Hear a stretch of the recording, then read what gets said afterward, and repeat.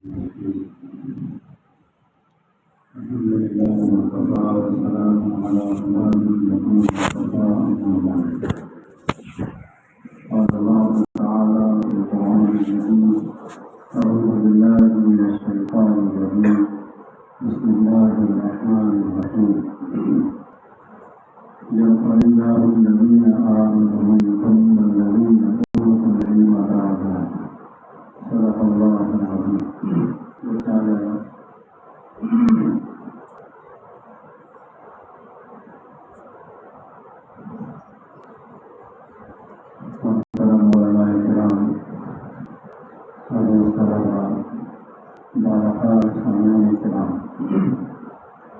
پہلی مرتبہ ہے یہاں اس مقام تنازع پر حاضری کا مقام، اور پھر میرے لیے اس عادت مندی کی بات ہے کہ یہ مدرسے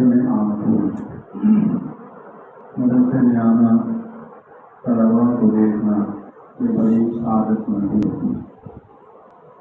حضرت مولانا پیر ذوالفقار صاحب اس وقت سارے عالم میں محبوب العلماء اور مصلح ہیں۔ آپ فرماتے ہیں اگر کوئی شخص پریشان ہے، بے انتہا پریشان ہے، تو وہ شخص بھی مدرسے میں جا کر کسی ایک طالب علم کے بازو بیٹھ جائے، صرف بیٹھ جائے بس، اور کچھ نہ کرے، تو اس سے اس کو جو سکون ملتا ہے، جو فرحت حاصل ہوتی ہے، دنیا میں اور کوئی مقام ایسا نہیں ہے جو اس کو سکون دے، اس کے دل کو ایک طرح کی فرحت دے۔ دنیا میں کوئی اور مقام ایسا نہیں ہے۔ اور یہ بھی فرماتے ہیں کسی مسجد کے مؤذن کے پاس جائے، مؤذن کے پاس بیٹھے تھوڑی ہے، اس کو دل کا سکون ملتا ہے، اس لیے کہ وہ اللہ کا نام لینے والا ہوتا ہے۔ اللہ کا نام لے کر اللہ کے بندوں کو اللہ کی طرف، اللہ کے گھر کی طرف بلاتا ہے، کہ بہت بڑا عظیم آدمی ہوتا ہے، ظاہر میں ایک حقیر فقیر نظر آتا ہے، ظاہر میں اس کی کوئی حیثیت نہیں ہے لوگوں کے سامنے۔ لوگ امام کو، مؤذن کو، حافظ کو، عالم کو نعوذ باللہ حقیر سمجھتے ہیں۔ اگر یہ نعوذ باللہ حقیر چیز اگر ہوگی تو ہمارے نبی علیہ السلام کو اللہ امامت کی ذمہ داری نہیں دے۔ امامت اگر حقیر چیز ہوگی، منظمی اگر حقیر چیز ہوگی، قرآن پاک کا پڑھنا اور پڑھانا حقیر چیز ہوگا، تو اللہ امام الانبیاء کو، جن کے طفیل میں، جن کے صدقے میں کائنات کو پیدا فرمائے، جن کے طفیل میں کائنات کو پیدا فرمائے، کائنات کی ایسی مخلوق کو پیدا فرمائے جس مخلوق کو دیکھنے پر انسان حیرت میں پڑتا ہے۔ یہ ساری کائنات آپ کے صدقے میں اللہ پیدا فرمائے، تو جس کے صدقے میں دنیا بنائی گئی، پیدا کی گئی، اتنی بڑی مرتبہ عظیم شخصیت کو امامت کے منصب پہ فائز نہیں کرتے۔ ہمارے نبی خاتم النبیین محمد رسول اللہ صلی اللہ علیہ وسلم امام الانبیاء ہے، امام الانبیاء ہے۔ جب تک ہمارے نبی علیہ السلام دنیا میں رہے، امامت کے فرائض انجام دیے، امامت کیے، یہاں تک کہ ایک وقت ایسا آیا بیماری کی وجہ سے کمزور ہو گئے، دونوں صحابہ کے سہارے کو تشریف لائے، دونوں صحابہ کے سہارے تشریف لائے، امت کے علماء کو، امت کے حفاظ کو یہ پیغام دیے کہ بہت بڑا ذمہ داری کا کام ہے، اور ذمہ داری کے کام کے ساتھ ساتھ دنیا کی سرزمین پر اس سے بڑا اعزاز، اس سے بڑا منصب، اس سے بڑا مقام کچھ نہیں ہے۔ امامت سے بڑا بھی اگر کچھ مقام ہوتا نبوت کے بعد اللہ ہمارے نبی کو علم عطا فرماتے۔ کسی چیز کی اللہ کبھی نہیں رکھے، ہمارے نبی کامل نبوت میں، رسالت میں ہر طرح سے کامل، ایک راوی برابر بھی نقص نہیں ہے۔ اسی وجہ سے تو قیامت تک اب کوئی نبی نہیں آئے گا، اس لیے نہیں آئے گا دین کامل ہے، شریعت کامل ہے، نبی کی رسالت، نبی کی نبوت کامل، نبی کی رسالت کامل۔ تو الغرض امامت وہ چیز ہے۔ تو میں عرض کر رہا تھا کہ ایک مؤذن کے پاس بیٹھنے سے وہ سکون حاصل ہوتا ہے، دل کی بے چینیاں ختم ہوتی ہیں، بے سکونی ختم ہوتی ہے۔ اور فرماتے ہیں حضرت ایک امام کے پاس بیٹھو تھوڑی دیر کے بعد، امام کے پاس بیٹھو، دل کے اندر جو بے چینی ہے، جو پریشانیاں ہیں، ایک ٹینشن ہے جس کے اندر ڈھول رہا ہے، ایسے کو چاہیے کہ وہ ایک امام کے پاس آ کر صرف بیٹھے، سلام کرام کرے، آرام سے بیٹھے۔ اگر کچھ بات کرنے کا موقع ملے امام سے کہے میرے واسطے دعا کرو، میرے لیے دعا کرو۔ امام اگر اس وقت ہاتھ اٹھائے اور اس وقت اس حالت میں جو شرح صدر ہوتا ہے امام کو، وہ دعا کرے، اللہ اس کی دعا کی لاج رکھتے ہوئے اس کے ٹینشن کو دور کروا دے۔ یہ مقام ہے ایک امام کا۔ اور فرماتے ہیں حضرت مدرسہ میں جاؤ، معصوم طلبا، چھوٹے چھوٹے بچے جن پر ابھی نماز بھی پڑھ رہی ہے، نماز بھی پڑھ رہی ہے، ان کی عمر کھیلنے کودنے کی ہے، وہ جھوم جھوم کر پڑھتے رہیں گے، ڈول ڈول کر ہل ہل کر پڑھتے رہیں گے۔ معصوم بچہ اپنے انداز سے، اس سے تھوڑا طالب علم اپنے انداز سے، اور بڑا طالب علم حفظ کرنے والا اپنے انداز سے رکھ رہا ہے، اس کے سامنے اللہ کا کلام ہے، اس کا دل، اس کا دماغ، اس کی نگاہیں اللہ کے کلام پر متوجہ ہے، پڑھ رہا ہے۔ ایسے پڑھنے والوں کو خالی دیکھتے رہو، ان کو اس حالت میں دیکھنا عبادت ہے، وہ پڑھ کر عبادت کر رہا ہے۔ وہ عبادت کرنے والے کو تم دیکھو، تمہارا دیکھنا عبادت ہے، تمہارا دیکھنا تمہارے لیے باعث نجات کا ذریعہ ہے، ٹینشنوں کے دور ہونے کا، پریشانیوں کو دور ہونے کا ذریعہ ہے۔ اللہ یہ مدارس کو وہ مقام عطا فرمائے۔ مدارس در و دیوار کا نام نہیں ہے، مدارس در و دیوار کا نام نہیں ہے، رنگ اور رنگتوں کا، روانیوں کا نام نہیں ہے، بڑے بڑے میناروں کا، پنجروں کا نام نہیں ہے۔ مدرسہ وہ ہے جہاں اللہ کا کلام پڑھایا جاتا ہے اور پڑھا جاتا ہے، وہ ہے جہاں اللہ کا کلام پڑھا اور پڑھایا جاتا ہے، وہ اللہ کے نور کو اپنی طرف متوجہ کر رہا ہے پڑھنے والا۔ کیوں؟ اللہ کا کلام روشنی ہے، اللہ کا کلام نور ہے، اللہ کا کلام اللہ کی ذات سے نکل کر آیا، اللہ کی ذات سے نکل کر آیا۔ تو اللہ کی تجلی، اللہ کی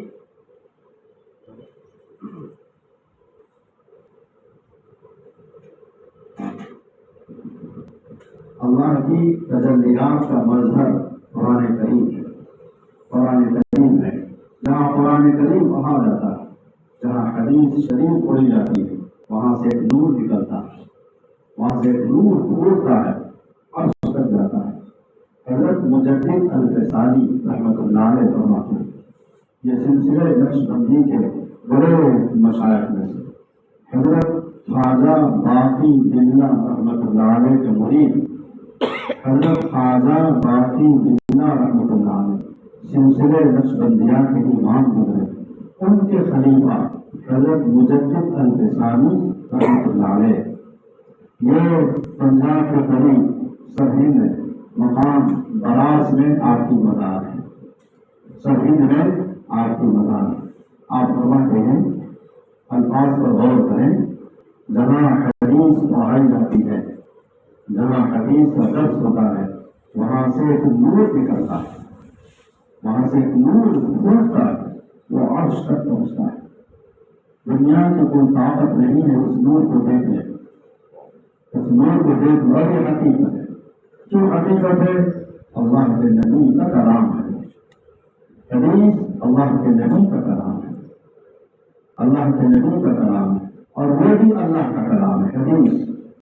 آپ حضرات یہاں تو الحمدللہ علماء ہے، حدیث کا نام آپ کو بتاؤں، آپ سنیں، وحی دو شکل کی ہے، وحی دو شکلوں میں، ایک وحی مطلوب ہے، ایک وحی غیر مطلوب ہے۔ وحی مطلوب جس کو آپ پڑھ رہے ہیں قرآن کریم، وہ وحی جس کی تلاوت کی جاتی ہے وہ وحی مطلوب ہے۔ حدیث وحی ہے جو اللہ کی طرف سے اللہ کے نبی علیہ السلام کے مبارک قلب پر القاء ہوتی ہے، جس کو اللہ کے نبی علیہ السلام ارشاد فرماتے ہیں، جو براہ راست اللہ کی ذات سے نکل کر آیا وہ اللہ کا کلام ہے۔ جو اللہ کا کلام اللہ کے نبی سے ظاہر ہوا وہ حدیث کہلاتی ہے، وہ حدیث ہے۔ حدیث کی تلاوت نہیں ہوتی اس لیے وہ وحی ہے، لیکن وحی غیر مطلوب ہے، غیر مطلوب ہے۔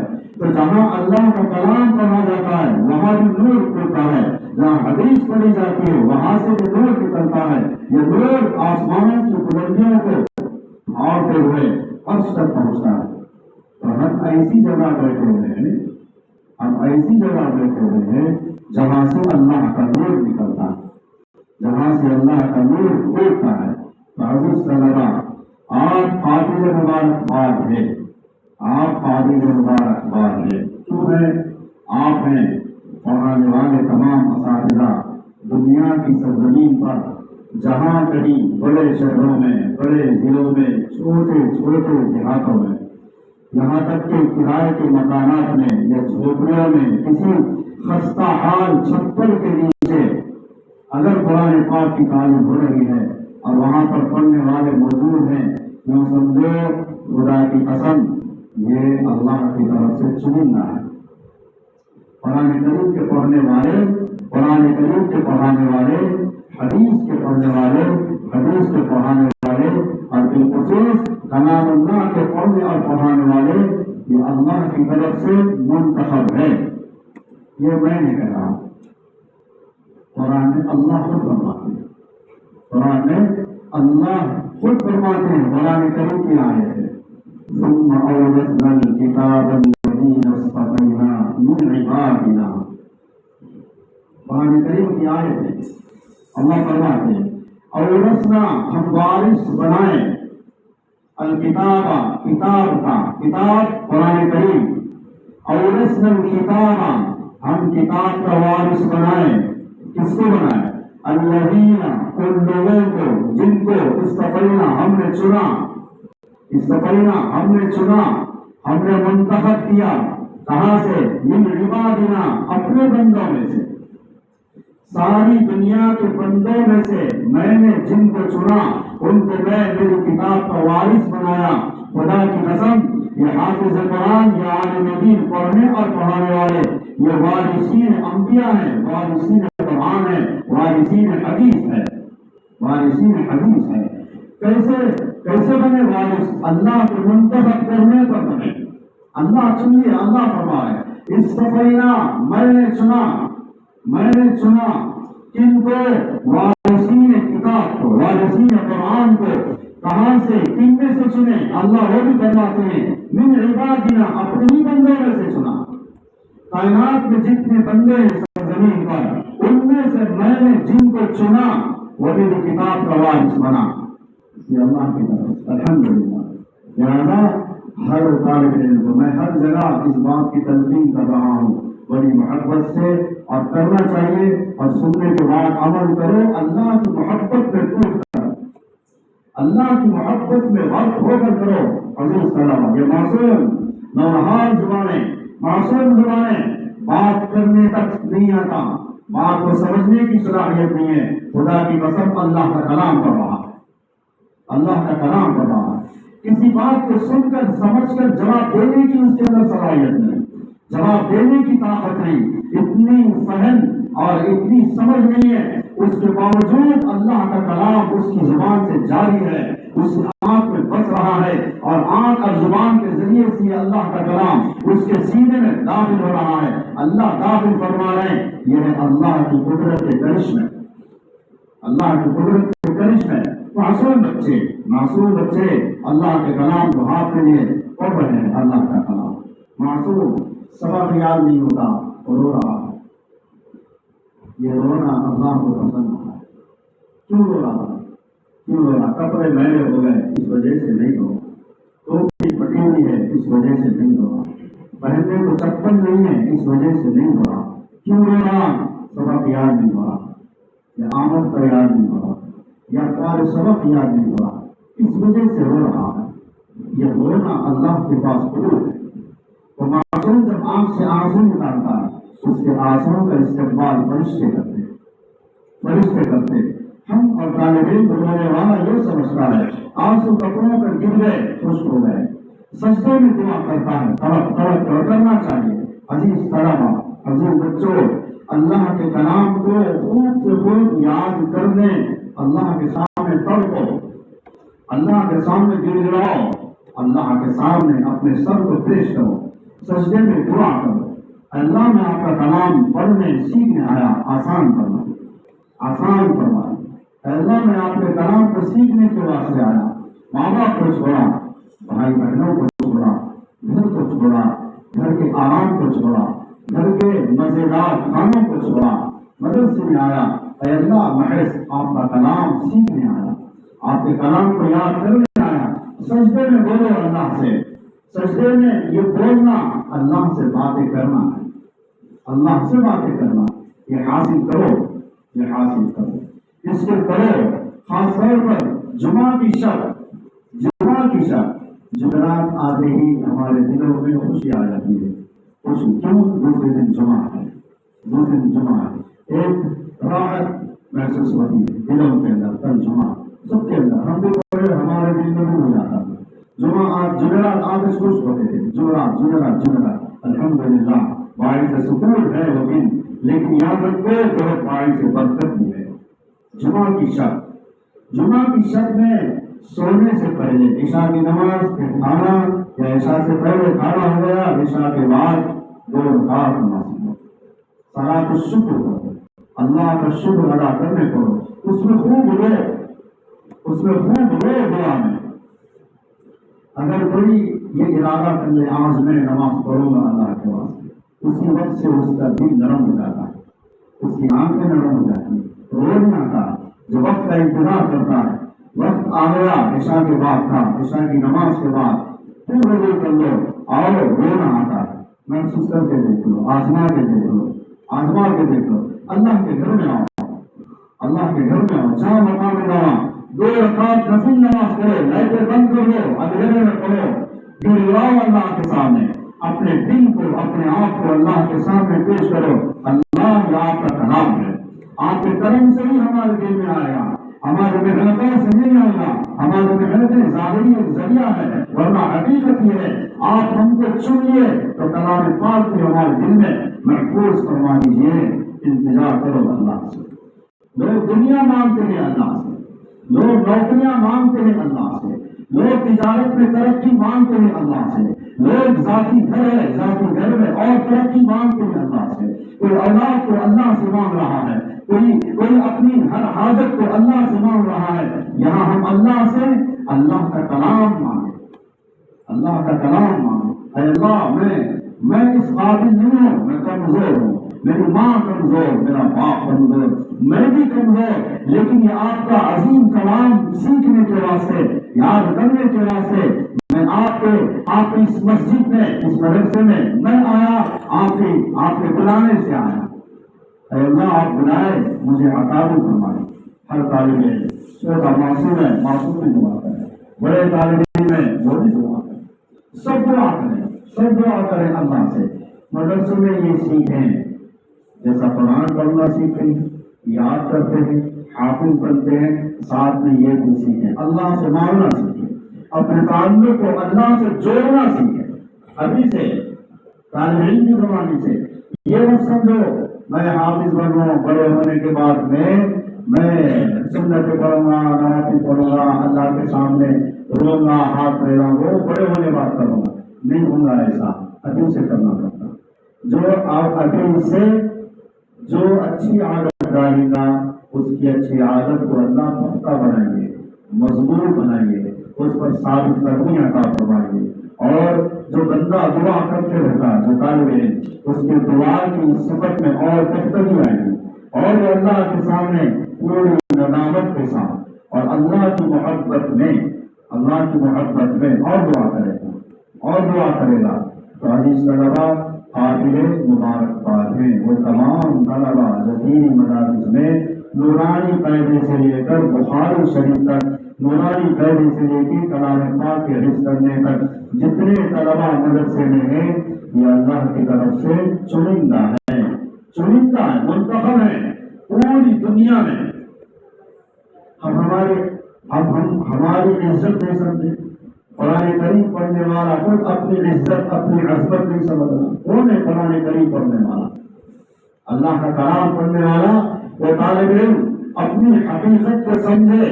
دنیا میں کلام پاک کو پڑھنے اور پڑھانے والے سے زیادہ کوئی صاحب عزت نہیں ہے، اس سے بڑا کوئی مرتبے والا نہیں ہے۔ قرآن نورانی قاعدہ پڑھنے والا صحیح، اس سے بڑھ کر دنیا کی زمین پر کوئی مرتبے والا نہیں ہے۔ کیوں نہیں ہے؟ میں ابھی گنٹور کے اس مدرسے میں طلبا سے یہی باتیں کر رہا تھا، ان کو بھی ان کی شان بتا رہا تھا۔ آج طالب علم اپنی شان نہیں سمجھا، طالب علم اپنے اوقات کو نہیں سمجھا، طالب علم اپنے وقار کو نہیں سمجھا، طالب علم یہ سمجھتا ہے میں ایک حقیر فقیر طالب علم، میں لکڑ پکڑ ایک کمزور اور میں بے حیثیت ہوں، ایسا سمجھتا ہے طالب علم۔ ایسا نہیں عزیز طلبا، اللہ کے کلام کو پڑھنے والوں ایسا نہیں ہے۔ یہ اللہ کا کلام دنیا میں اور آخرت میں سربلندی دلانے والا کلام ہے۔ دنیا کے منصبے، دنیا کے عہدے، دنیا کی بڑی بڑی ڈگریاں یہ فانی ہیں، فنا ہونے والی ہیں۔ یہ اللہ کا کلام ہے، اللہ کا کلام ہمیشہ زندہ رہنے والا ہے۔ جیسے اللہ ہمیشہ رہیں گے، اس پر ہمارا عقیدہ ہے۔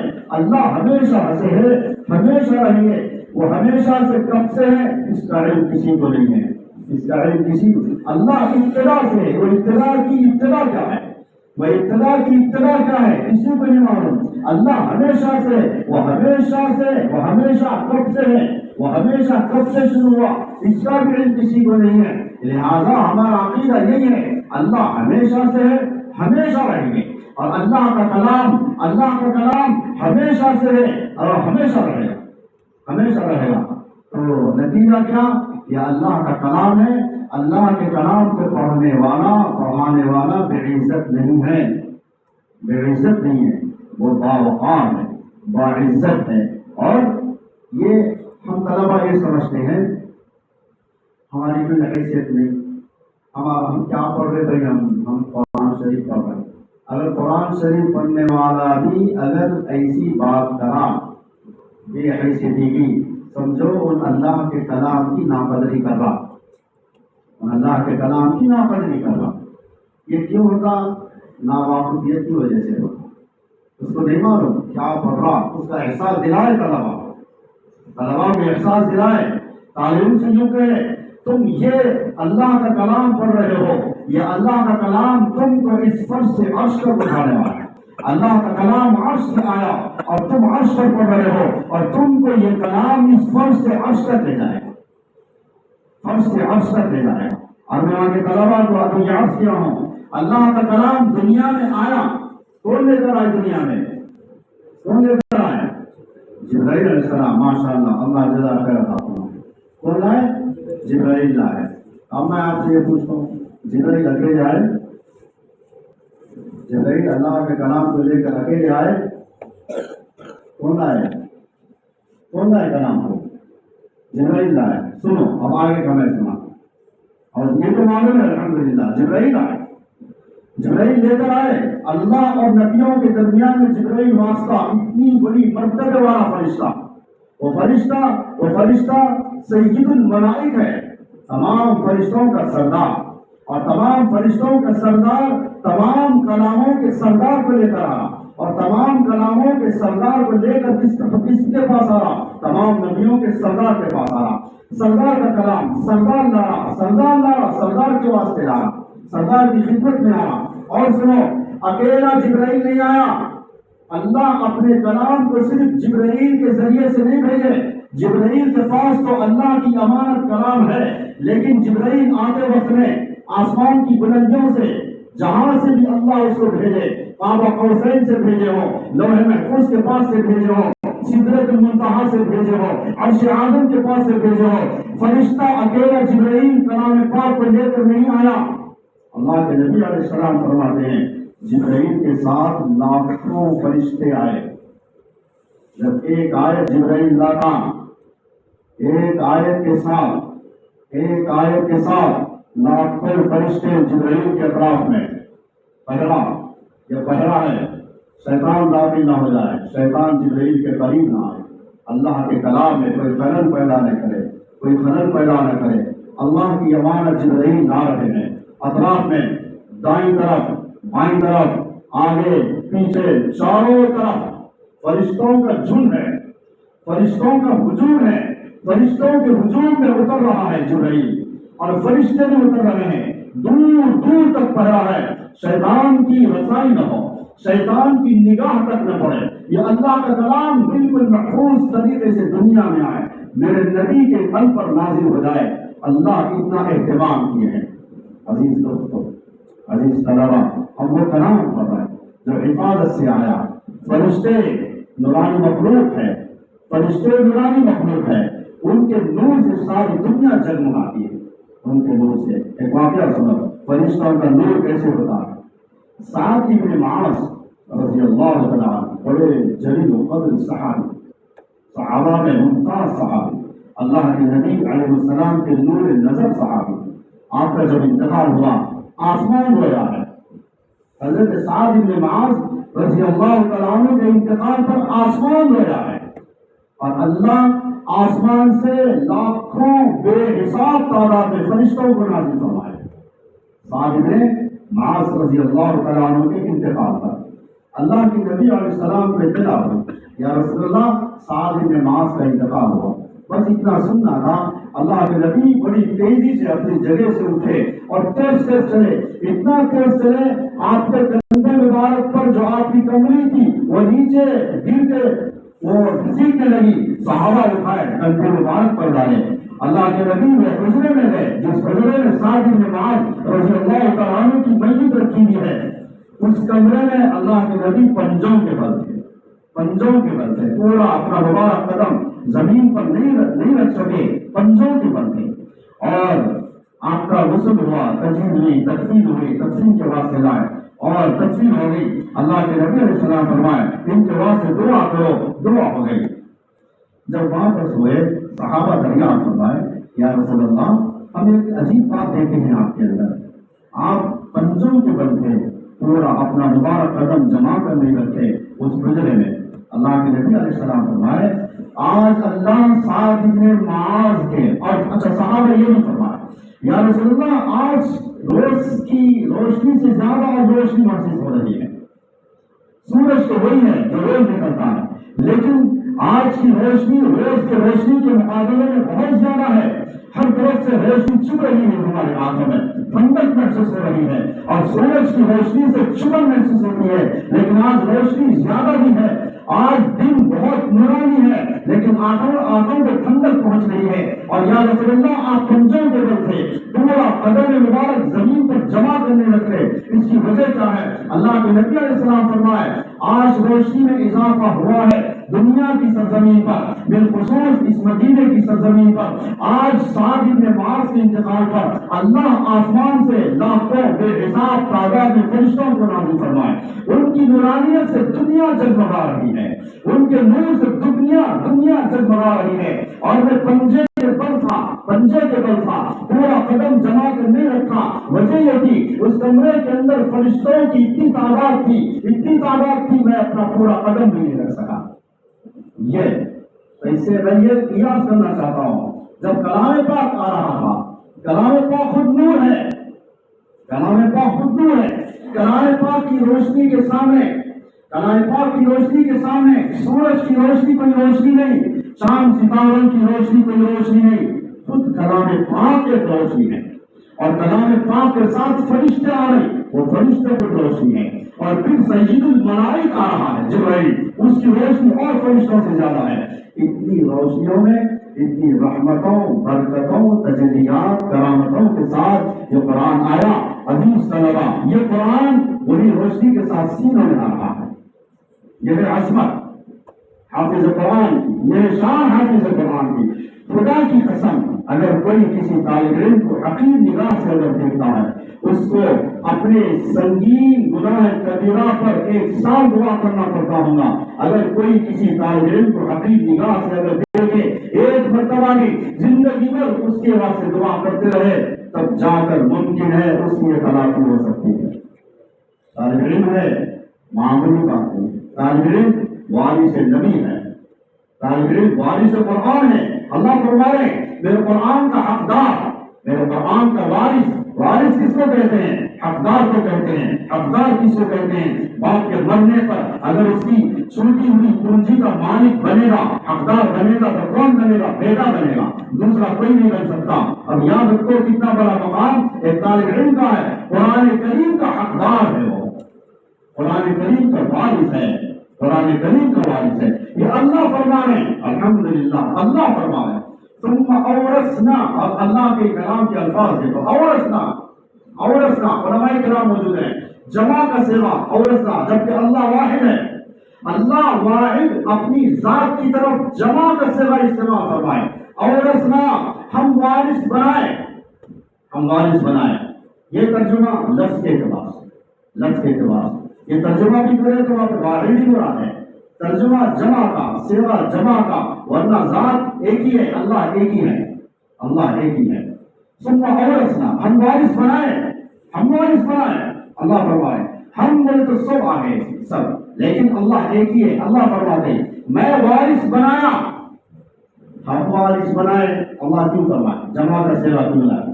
اب یہ طلبہ ہے، یہ تفصیل سے اس کا تعلق ہے، آپ کو سمجھانا ضروری ہے. لیکن سنو، اورثنا میں وارث بنایا. اللہ اکبر. الفاظ کو سمجھو دوستو، قرآن کریم کا لفظ ہے، اللہ کی ذات سے نکل کر آیا، اللہ کا کلام ہے. میں وارث بنایا کس چیز کا؟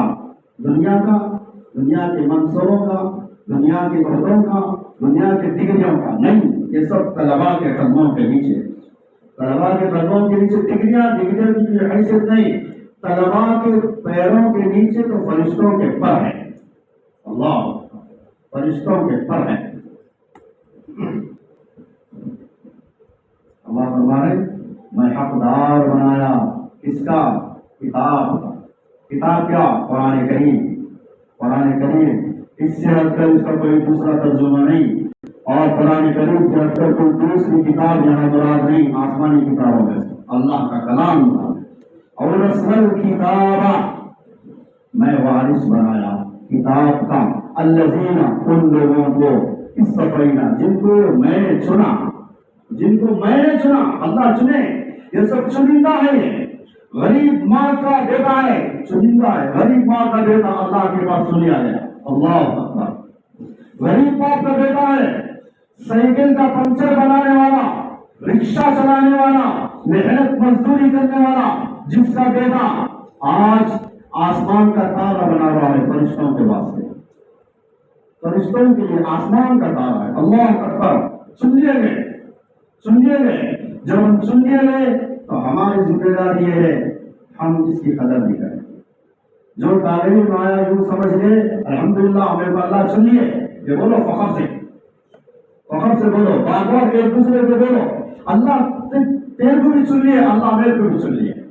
یہ جب چن لیے تو 2 رکعت نماز پڑھ کے اللہ کا شکر بھی ادا کرتے رہو.